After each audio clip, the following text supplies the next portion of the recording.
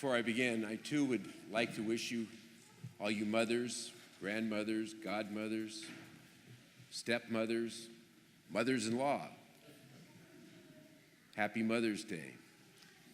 And we all, as your children, should be thanking God for the fact that you were open to the gifts of God, children, and all of the travails that you went through to bring us up, to lead us on the path of faith, and hopefully get us to eternal life. And yesterday, as I was just finishing the preparation of this homily, I received an email from Pope Francis. Well, it really wasn't from Pope Francis. It was from, I guess it was the Magnificat. But in that email, there is a greeting for all you mothers from St. Francis. So I pass this along to you.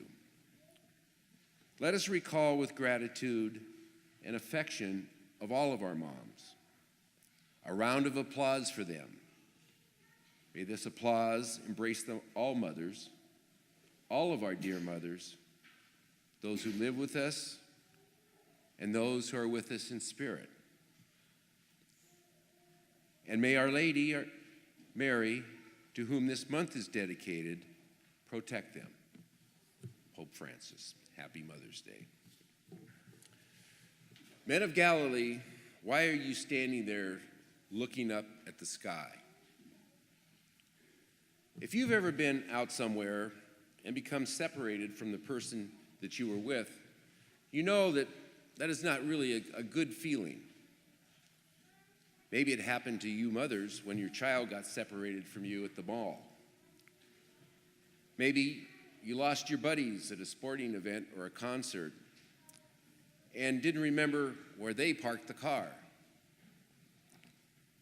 Whereas maybe it was when you and a friend were visiting some big city and were on a shopping trip or sightseeing, and one minute he or she was there, and the next second they were gone. It can be a little unsettling. But when we find ourselves in those situations, usually our first reaction is to cry out, "Where the heck is he or she?" Most of the time, the consequences aren't too serious, and things work out just fine. But occasionally, there's more at stake. Think for a moment what it would be like if you got separated from a friend while hiking on a remote trail, far from roads, shelter, or supplies. And after just a few minutes, the fear would begin to build as you would start to retrace your steps in the hope of finding your friend.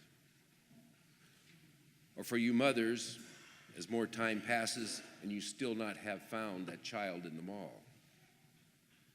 Men of Galilee, why are you standing there looking at the sky? Can you imagine what went through the minds of the apostles after Jesus returned to the Father? This was the guy that they'd been following for years. This was the teacher that they were learning from, the friend who had performed wondrous deeds in their midst, even rising from the dead. Maybe they thought he was going to be with them forever. Put simply, this was the man who had come to mean nearly everything to them. And now he was gone. Where is he? Where did he go? What now? And the instinct to ask those sorts of questions when we become separated from someone or something is completely understandable. That is almost always the logical and proper starting point. However, if we never move past that question, if we allow it to sort of paralyze us, as it did the apostles, we might never move on, never move past the situation in which we find ourselves. And so, there comes a point when the mother of the child in the mall needs to look for help, the help of others. And there is a time when lost in a crowd or in a big city, it's time to get out the cell phone and start calling friends rather than just stand there wandering around aimlessly. There's a time when the separated hikers need to start looking for themselves a shelter and making a fire.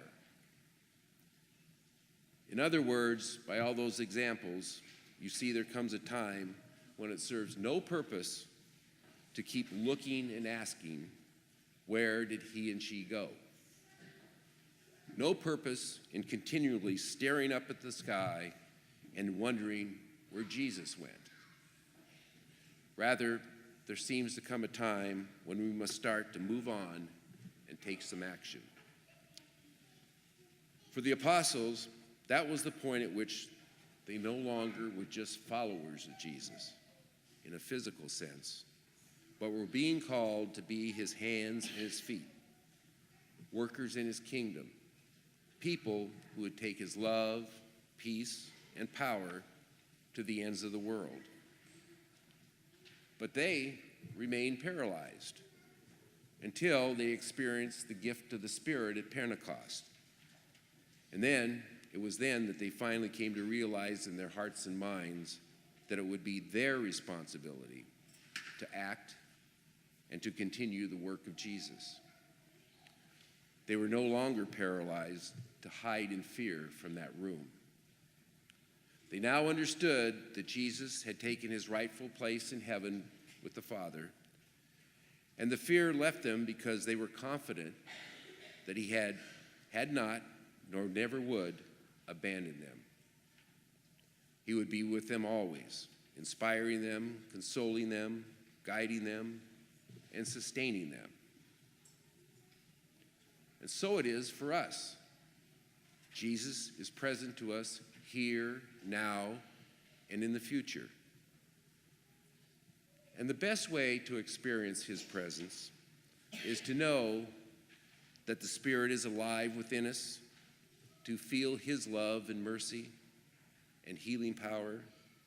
Yes, healing power. And to be about at his work.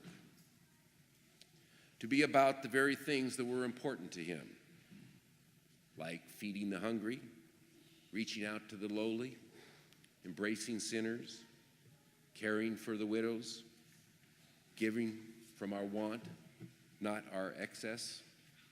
In a word, loving. Loving as he loved us. That's how we will know that he hasn't just ascended from us, but he has risen within us and among us. So the question is, what will we do now?